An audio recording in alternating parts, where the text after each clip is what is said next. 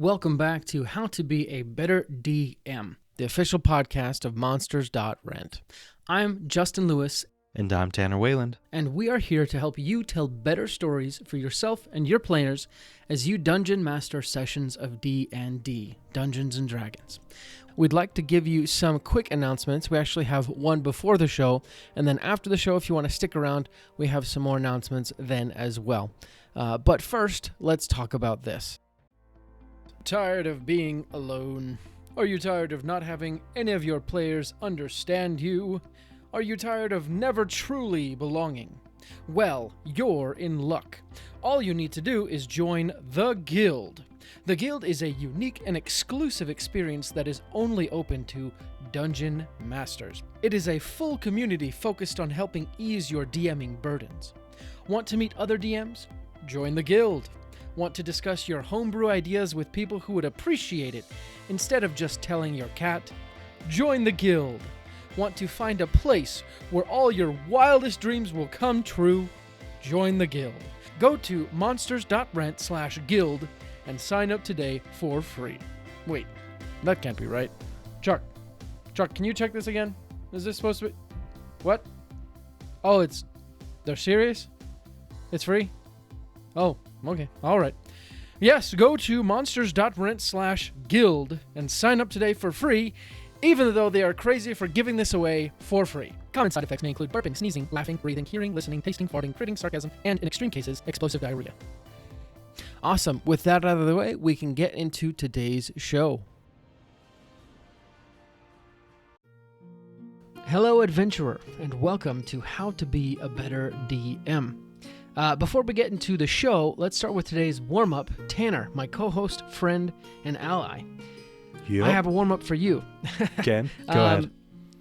So, I want you to... This is because I just spent time today writing a new episode for the show on how to describe combat. So I want you to briefly describe combat between a schoolyard bully and his prey. I love it. Okay. So, obviously, I've never experienced this because I've been well-loved my entire life. No. Hopefully this doesn't trigger anyone, by the way. Yeah. Okay. So, we have our intrepid bully approaching. You can tell him from a mile away. He's got his shirt tucked in nicely. You used to think bullies were slobbish. Not so with this one. He comes up behind his victim and then reaches down. What's he grabbing? Your underwear. Wedgie town. Around the clock. And then, of course, you hear a yell from his victim. The bully isn't perturbed at all. He continues pulling. People start gathering around, some of them saying, "Hey, stop it." I'll give the bully a name. Derek.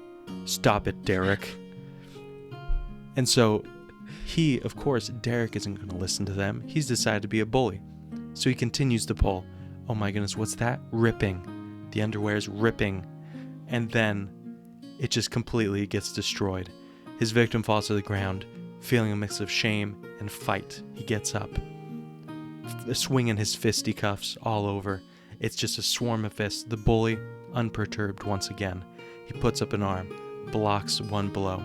He grabs the other fist, and then he pulls him in for a hug, because I'm going to end this with a good note. The bully's changed his ways, and he's hugging his victim. And that's how life should be. Boom. Oh, that was awesome. For a second, when they were trading blows, I went like full Dragon Ball Z, like, and then he catches the fist. Oh, man, that was funny. Awesome. Well, adventurer, thank you for joining us on this auditory experience. This is How to Be a Better DM. I'm your co-host, Justin Lewis, with my other co-host, Tanner Wayland. Tanner, do you want to say hi? Hello, guys. It's wonderful to see you. No, but seriously, it's wonderful to be here with Justin. Always a pleasure, and I love sharing some of my thoughts with you listeners. Awesome. I think your warm-up was extremely wonderful today, and I hope you are recovering from that wedgie you gave yourself. Hey, I never said that. Sorry. Well, you said. I'm sorry. Well, I'm joking. I'm joking. Well, today, let's get into today's show. And listener, make sure you stay tuned after the show to hear some notes from our sponsors as well as some other announcements. But today, we wanted to talk about some Dungeon Master enemies, and more specifically, some of our favorite Dungeon Master enemies, kind of the adversaries that you like to pit up against your characters. So, Tanner, do you want me to start, or would you like to start? You know what? Let's have you start. Gotcha. One that I particularly like is Mind Flayers, and that's probably because, so one of the first books that I read in the Forgotten Realms, which is one of the worlds that D&D takes place in, which is actually one of my favorites. One of the first book series, in fact, if not the first, was Homeland by R.A. Salvatore about Drizzt Do'Urden. And I'm probably not saying his name right because it's such a hard name to say right, but in the book, I hope I don't give any spoilers away, but in the second book, Drizzt finds himself, and Drizzt is a drow elf, he finds himself a slave to Mind Flayers. And then I found out that you could make your players attack Mind Flayers or vice versa, and I thought that is so cool. Especially one of the things that I think kind of sets them apart is you often fight, or your characters fight a lot of enemies that are magic-based, but Mind Flayers are psychic-based, which is something that is pretty uncommon. I know in my campaign, I recently added Mind Flayers in, specifically because I have a barbarian who, based on kind of the character he's chosen and the different paths he's taken, he's basically resistant to everything except psychic damage. So I was like, you know what? I'm going to find a way to get psychic damage on this guy, and finally I have, and he does not like it, and it makes me so happy because he's actually taking damage like a normal person instead of just being resistant to basically everything. So that's my first one. Okay. Mine is, it's not an exciting enemy, but I think it has a lot of potential. Have you ever heard of minions? Yes. Yeah? I'm not talking about the movie. Beetle. Yep. Wow. Good on you. Thanks. but no, like in minions in 5e are basically kind of a catch-all term for, in terms of their, what's the word I'm saying? In terms of their mechanics, they have 1 HP. They kind of were introduced as this way for players to feel overpowered, right? Like you have hordes of these minions coming, and each hit basically, so long as you hit it, which is very easy, you just take it one out at a time, but they're kind of swarming you.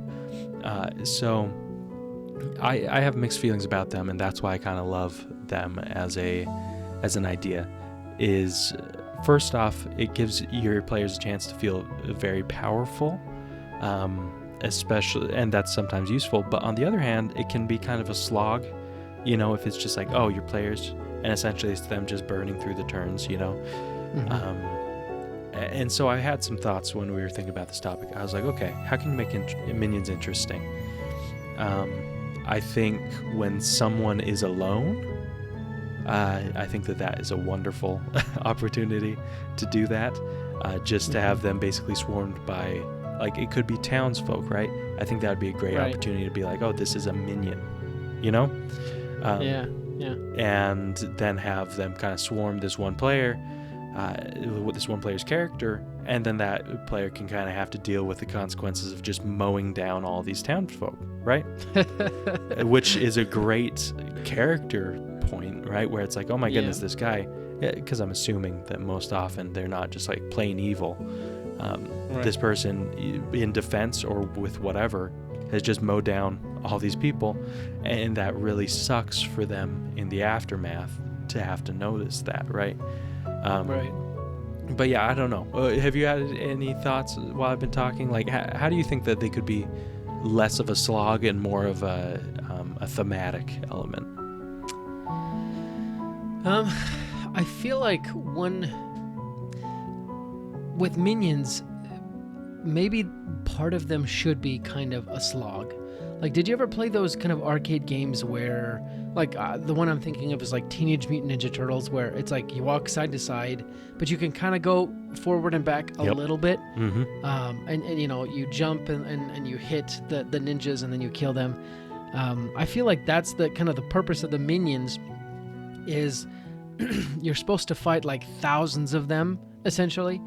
I think one thing that really helps in this, narratively, you know, they have one hit point. You group them together as one thing. So like a horde of goblins attacks one person, and every damage actually kills one of the goblins. Maybe that's one way to, I guess, narrate it or do it mechanically. Instead of rolling initiative for like thousands of goblins, instead you roll initiative for one goblin and then times that by 40 or 50 or whatever it is, and then have the people actually fight 40 or 50, and you know, thematically, instead of doing one attack when they roll damage, they're, you know, cutting down that many goblins and things like that. It's essentially like Lord of the Rings, Twin Towers, not Twin Towers, the Two Towers, gosh. And I guess all the Lord of the Rings movies where they're just hacking down goblins and orcs left and right, you know what I mean? Yep. Yeah, that's a great point. I think that that's a wonderful way mechanically to make it a little bit smoother. And also it's a nice mix up versus like these stronger enemies, right? For sure. Yeah. And actually that's one thing that I personally took from the Star Wars tabletop role-playing game system. I know we don't talk about other games on this because this is a D&D 5e podcast, which is something I stress so much, right? But the Genesis system by Fantasy Flight Games, they have kind of their enemies split up into different camps. There's adversaries, minions, and nemesises. And adversaries and nemesis are treated by like normal individual monsters, but minions are always grouped into kind of groups of these monsters, and they have pools of hit points, and when you kind of reach a certain threshold, one of the minions dies, and so on and so forth. So that's kind of where I got that idea. Yeah, I love that. Okay, do you have another one? Yes, I do. Perfect. I'll do two of them, and then you can do one, and then I'll do my last one. Okay. So, kind of going on the theme of Mind Flayers, I obviously love Drow. Maybe it's because I'm having them fight my people right now, but I like the aspect of an intelligent enemy that definitely knows what they're doing. They're very stealthy and very silent. They also have a lot of innate abilities. They can levitate, they can cast Globe of Darkness, and they also have various elements of paralysis, which I think is very cool. More than anything, I like the intelligent aspect behind it, and just the cold, silent killer mindset that comes with a Drow. I think that's really easy to narrate in a fight scene, especially because they're so quiet generally that they don't, you know, scream out or whatever, and you don't have to come up with like the witty banter mid thing. I think that's just really nice. The second thing I like is beholders, and this is mostly because they are classically Dungeons and Dragons. Like, they're, you know, aside from dragons maybe, beholders are one of the most iconic enemies in Dungeons and Dragons. But I also love how they too are very intelligent, and their eyes have so many different abilities generally that it's just really, really interesting to fight, because you just never know what's going to happen when you're fighting one, and you might get disintegrated or you might just get slowed, you know, like, you don't know, which I think is really fun. Yeah, I love that. I think it's just so iconic, honestly, too. Yeah. And kind of segueing into mine, this is almost like the bare, like, basic minimum, whereas minions are essentially, like, when I talked about them, they're supposed to be just like mowed through by any level of character, but especially like later on where you have more area of effect going on, like, those are great. These other ones are my initial thought was town guards, right? Because when you're early in an adventure, especially when you run into a town, essentially, especially if you have a bunch of murder hobo players, right? Then their main adversaries could be town guards. For sure. And there's a lot of interesting ways you can do that, right? Like you can throw all the town guards at them. You can also have the town guards kind of threaten them with something, terrible. Don't just throw them at them. But something that I've actually found success with to make town guards a lot more interesting, and this is one of my reasons why they're like one of my favorite enemies, is because you run into them in every town. Yeah. So long as you don't treat them as just throwaway, blank-faced copies of each other, then guards can actually be super interesting. Have you ever heard of the video game Shadow of Mordor? Yes, I have, actually. I was actually thinking about playing it the other day because my brother gave it to me. Oh, nice. Yeah. It's got this system that is very smart, frustrating too, but basically where so you're this ranger, let's say, who is infiltrating Mordor, and basically each time that he gets killed by an orc, essentially that orc comes back stronger. The orc gets promoted, gets an extra ability, and so it's harder to deal with. It's called the Nemesis system. Oh, that's cool. Yeah, and so essentially, what I would recommend, it's not necessarily the Nemesis system, because you shouldn't have to wait for your town guard to mess someone up in order for them to be cool. What I would recommend is have each town guard be kind of an individual, right? They should have their own specialties. You should make them more than just a simple template. Give them a special ability, right? And then if the players have a meaningful encounter, whether it's violent or just like just any kind of conflict at all, basically the next time that guard comes back, what should he do? He should be cooler in a certain way. Whereas before he was a lackey, oh my goodness, this time, is that a medal on his chest? And why does he have 2 spears instead of the one that he had before? It's just it's a nice way for you to enjoy the combat more, but also make even, conflicts within a town, a relatively quote unquote safe town, can feel a lot more exciting. I like that because one of the things that makes your world feel dynamic is that things change when your characters aren't around. Like if they come back after a while to a place that they've been before, things are different. That's one of the best ways to let your characters know, like, hey, this is a real world, even though it's not. But, Sergeant so-and-so got a promotion to captain because he helped you defeat the Knoll attack, and you guys had a direct impact because you found him cowering in the hay barn and you convinced him to go out and lead the charge, So it's kind of cool to let your characters, let your players see that. And it definitely helps with immersion, so I like that. Yep. My last one is themed enemies. I'm a big fan of theming your enemies for the dungeon, I guess. Dungeon's kind of a catch-all term I use for like the module or the side quest, or what, maybe side quest is a better way of saying it, but themed enemies is a good way to group your enemies together so that way they feel cohesive a little bit, but it's also a good way to pick them because sometimes you just don't know what to throw at your players next. Yeah. There was were you going to say something? No. I just okay. I was agreeing. Sure. So there was a side quest I had my guys do in the campaign where they went to this haunted mansion essentially, and that was a really easy way for me to be like, okay, let's explore all the undead things that I can, and just kind of pick and choose which ones I thought were cool for different parts of the mansion. And then the last, the big boss was kind of a nerfed undead beholder. I took down some of his abilities and lowered some of the DCs and things like that just to make him a little bit easier for the troop that they were lower level. But anyways, it was just easy for me based on the setting to pick the enemies. And the cool thing about D&D is there's like the skeleton, which is kind of the mechanics, and then there's the skin. There's the beauteous side, which is the aesthetic. You can take the skeleton, the mechanics, and then just throw whatever can of paint on.